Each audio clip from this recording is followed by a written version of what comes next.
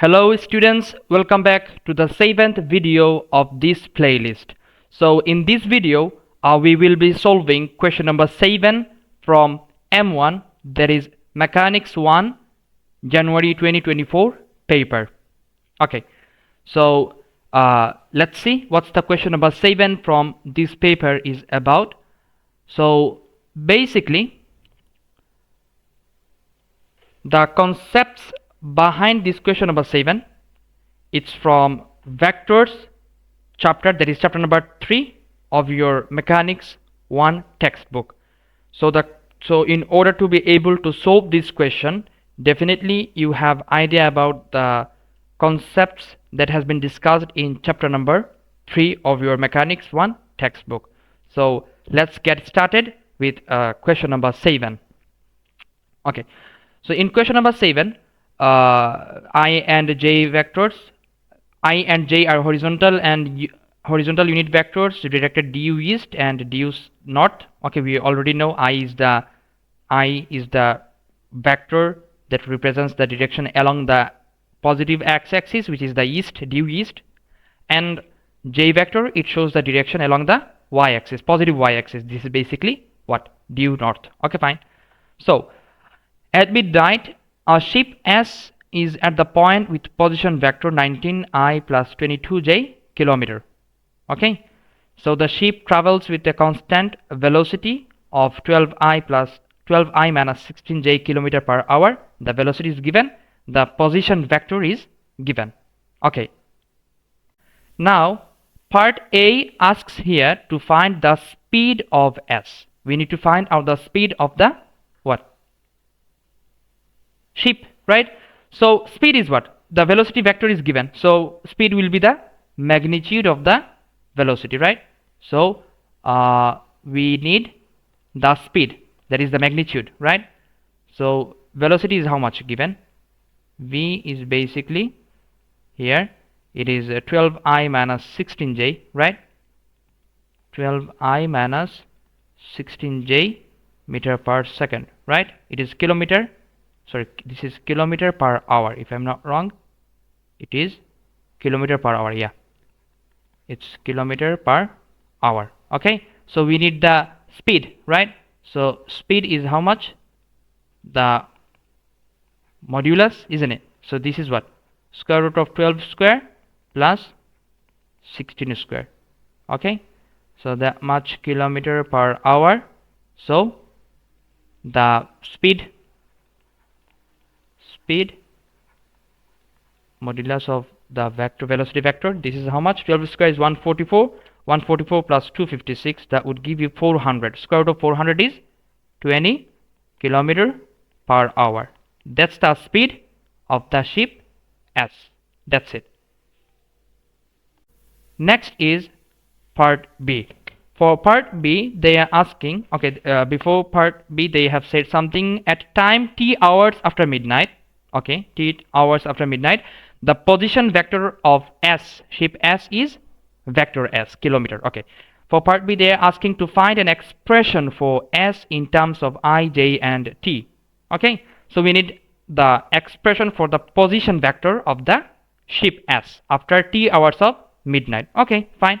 So we know that position vector, final position vector, it is what? Initial position vector r naught plus velocity vector times what? T, right? Initial position plus the displacement. So we need S here. In this case they said S, the final position is S. So the r naught was what? What was the r naught? Initial position was 19i plus 22j, right? 19i plus 22j, okay, plus velocity is what? Velocity vector, it's 12i minus 16j, 12i minus what? 16j times t, vt, isn't it? Okay, so how can we rearrange it? You can write the I components and the j components separately. 19 plus 12 ti, okay, and then plus 22 minus 16 tj. Okay, so this is the what? Position vector of ship S. Okay, and this is basically the vector s, that much kilometer. That's what they have asked in part B. That's it. Okay, for next is part C. Before part C, they said a lighthouse stands on a small rocky island. The lighthouse is modeled as being at the point with position vector 26i plus 15j kilometer. The position vector of the lighthouse is given. Okay, fine. It is not safe for ships to be within 1.3 kilometer of the lighthouse. Okay, so within 1.3 kilometer of the lighthouse, it's not safe to be for the ship to be within. Okay, so part C asks, in part C1 they are asking to find the value of t when s is closest to the lighthouse. Closest to the lighthouse. Okay, so we need to find out the time when the ship S is closest to the lighthouse. Okay, when the ship will be closest to the lighthouse, when it will be, basically it will be the perpendicular distance. If I show you an axis here, using an axis, look, consider this is the course of the ship. Okay, ship S, it's moving towards this way, and this is the position of the lighthouse L. Okay, L. So the distance between them would be the closest when it is what? Like this? Never. Look, as it is moving closer and closer, look, its distance is decreasing, and the perpendicular distance is the what? Closest. Okay, so that means we need to find out this perpendicular what? Distance. Okay, so for closest distance, in order to find out the closest distance, what we can do, we know the position vector of the ship S, right? Okay, for part C we know the position vector. Okay, it's scale, not scale. Okay, we need the pen. Okay, for part C the position vector of S is known, right? Now let us find out what? The displacement between the ship and the lighthouse. This is what? LS or SL, whatever you say. So consider this is SL, S to L. This is the displacement between the lighthouse and the ship. So SL equals to what? Using vector addition rule, it is L minus what? S. Okay, so L is what? The position vector of the lighthouse, which is 26i plus 15j, right? So 26i plus 15j minus S is how much? 19 plus 12t. Okay, that much I minus what? 22 negative 16 t j. Okay, so what we can do now, 26i minus 19, which is 7. So 7 minus 12ti, so you will get SL, the vector SL. This is what? It is 26 minus 19, which is 7 minus 12t. Okay, 7 minus 12t I, and then plus the j component. What would be the j component for their displacement? 15 minus 22, which is negative 7 plus 16t. Okay, negative 7 plus 16t. So 16t negative 7, if I'm not wrong. Let me check it. 15 minus 12, that is yeah, negative 7 plus 16t. So we got the displacement, right? That much j kilometer, right? So this is the displacement between the lighthouse and the ship S. Okay, now we need the closest distance, right? So the distance is what? Distance is basically distance d equals to what? Distance is basically the modulus of the displacement, isn't it? It is the modulus of the displacement, which is square root of how much? Square root of 7 minus 12t whole square plus what? 16t minus 7 16 16t minus 7 whole squared. That's the formula for finding the modulus, isn't it? Okay. So the equation for the distance, it is what? Square root of, just expand the bracket, you will get what? 7 square is 49. 49 minus 14 times 12. 14 times 12, this is 168. 168t plus 144 t squared, right? And then plus 16t squared, 16t whole squared is 256 t squared minus 14 times 16, this is basically 224 224t plus what? 49.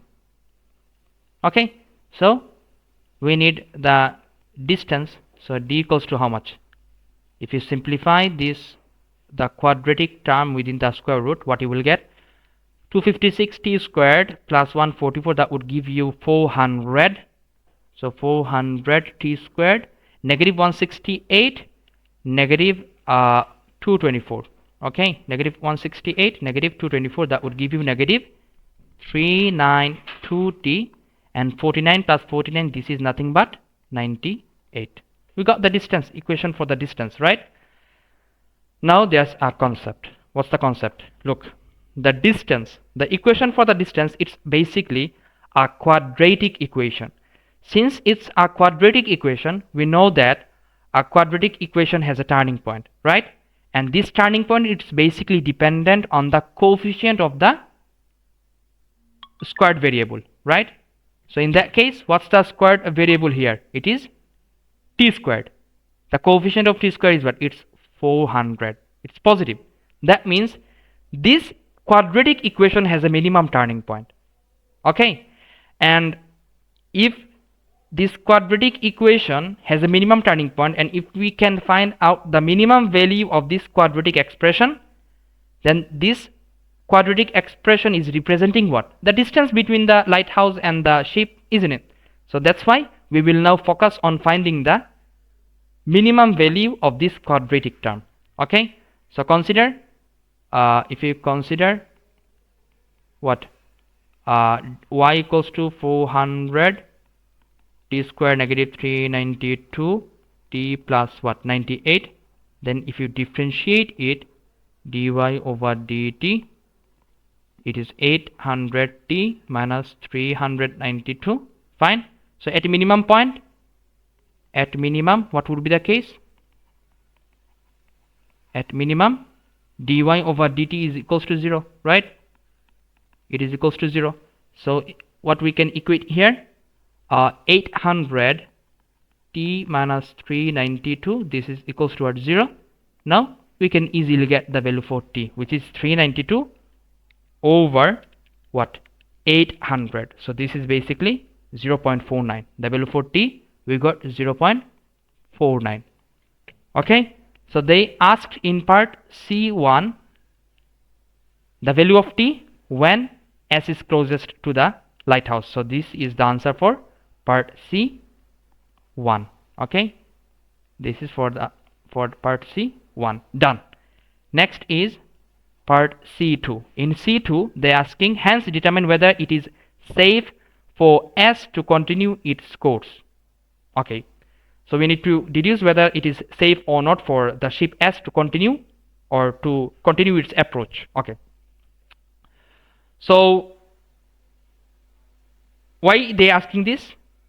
This is because we need to consider like whether the closest distance, is it less than 1.3 or is it greater than 1.3? If it is less than 1.3, then it is not safe, right? If it is greater than 1.3, then this is definitely safe, and the ship S can continue its course. Okay, so let's find out the closest distance. For part 2, find out the closest distance, d. So d equals to how much? Square root of 400t squared. So put the value in the equation. 400 times, what was the equation for d?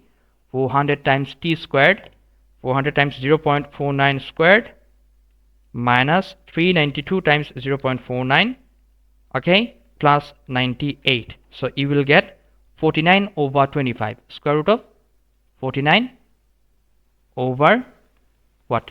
25, which is basically 7 over 5. So 7 over 5 is basically how much? It is 1.4 kilometer. 1.4 kilometer, which is basically greater than 1.3 kilometer. So since the closest distance is greater than 1.3 kilometer, hence it is what? It is safe for what? For ship S to continue its course. Fine. And that's what they have asked for in part C2. And that's all about question number 7 from M1 January 2024 paper.